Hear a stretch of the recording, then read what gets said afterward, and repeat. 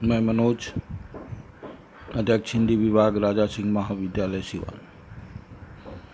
आज के व्याख्यान माला के अगली कड़ी में स्नातक प्रथम खंड के प्रथम पत्र में प्रस्तावित सूरदास के पद पर चर्चा की जाएगी। विज्ञात व्याख्यानों में सूरदास के आपके पाठ्यक्रम में निर्धारित 6 पदों पर चर्चा की जा चुकी है।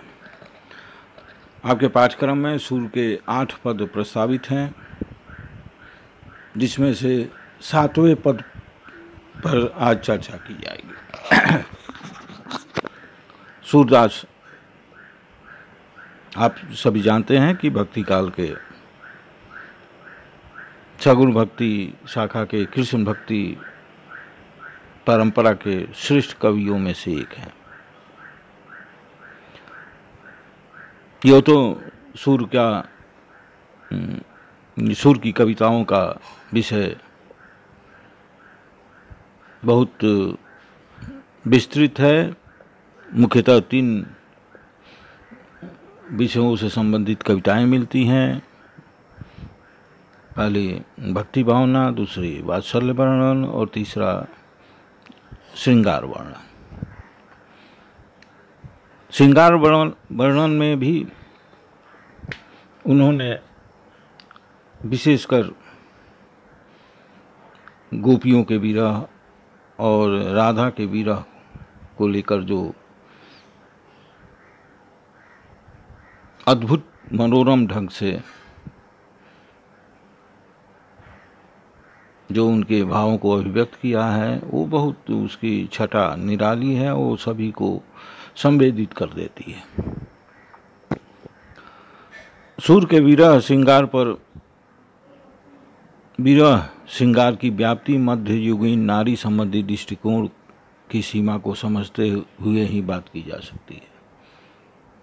हम सभी जानते हैं कि राजतंत्र था, सामंती माहौल था, और सामंती माहौल में स्त्री की स्थिति बहुत दयनीय थी। उनकी कविताओं में स्त्री के भावों की अभिव्यक्ति बहुत अधिक मिलती है। माँ के वात्सल्य वर्णन के रूप में और कृष्ण और राधा और गोपियों के प्रेम वर्णन और विरह वर्णन के क्षेत्र में सूरसागर को अगर कहें तो स्त्री केंद्रित, स्त्री के मनोभावों की अभिव्यक्ति केंद्रित पद उसमें अधिक हैं। श्रृंगार वर्णन में स्वाभाविक है संयोग श्रृंगार में नायक नायिका के लिए वर्तमान ही प्रमुख बना रहता है,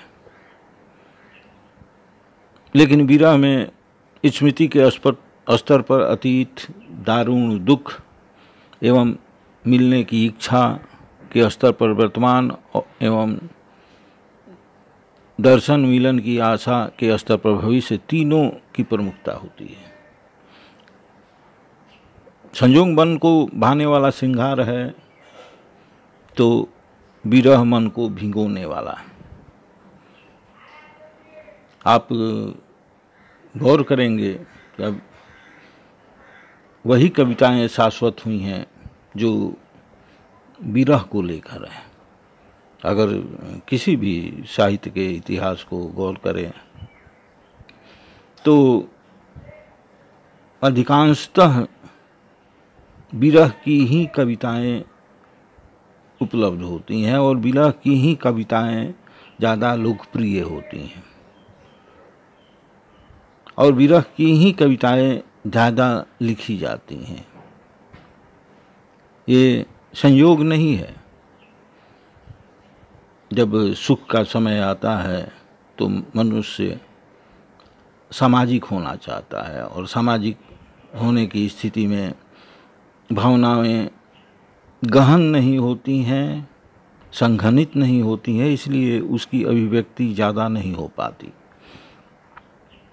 लेकिन दुख की स्थिति में, विरह की स्थिति में मनुष्य अकेला रहना चाहता है। वो समाज से कटकर अकेला हो जाता है और अकेले में भावनाएं संघनित होती हैं और संघनित भावनाएं अभिव्यक्त भी होती हैं। इसीलिए विरह की कविताएं ज़्यादा लिखी गई हैं और विरह की कविताएं ज़्यादा लोकप्रिय भी हुई हैं। इसीलिए कहा जाता है कि संयोग मन को भाने वाला श्रृंगार है तो विरह मन को भिगोने वाला। संयोग में मन की चाह तृप्ति है तो विरह में स्मरण, कचोट आदि के साथ पुनर्तृप्ति की प्रत्याशा। संयोग श्रृंगार सागर का कगार है, किनारा है, तो विरह उसकी गहराई। सूर्य को गहराई में डूबने, विरह की इस गहराई में डूबने में बहुत मजा आता है। वे जितने एकाग्र और एक चित्त वियोग चित्रण में दिखते हैं उतने संयोग चित्रण में नहीं।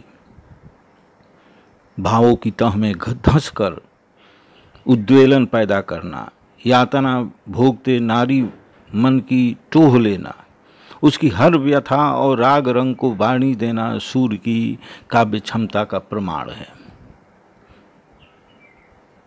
सूर्य वियोग की हर गली और कोना झांकते हैं, विचोह की टीस को मर्म पर अनुभव करते हैं, गोपियों की रुदन की करुण गाथा लिखने के लिए नहीं बल्कि नारी को संपूर्ण गरिमा और व्यक्तित्व के साथ उभारने के लिए।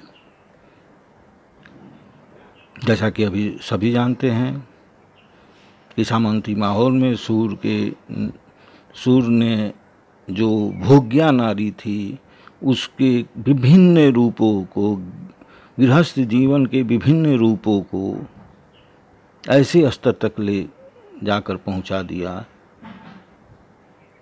जो आज भी उसकी लोकप्रियता में कोई कमी नहीं आई है। ये पद जो प्रस्तावित है, ये पद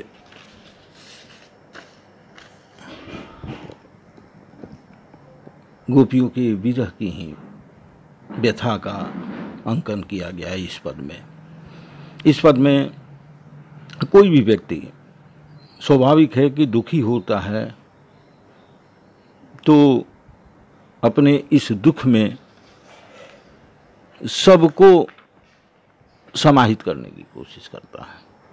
तो चाहता है कि वो दुखी है तो उसका आसपास का पूरा माहौल भी उसका साथ दे, उस दुख का सहभागी बने।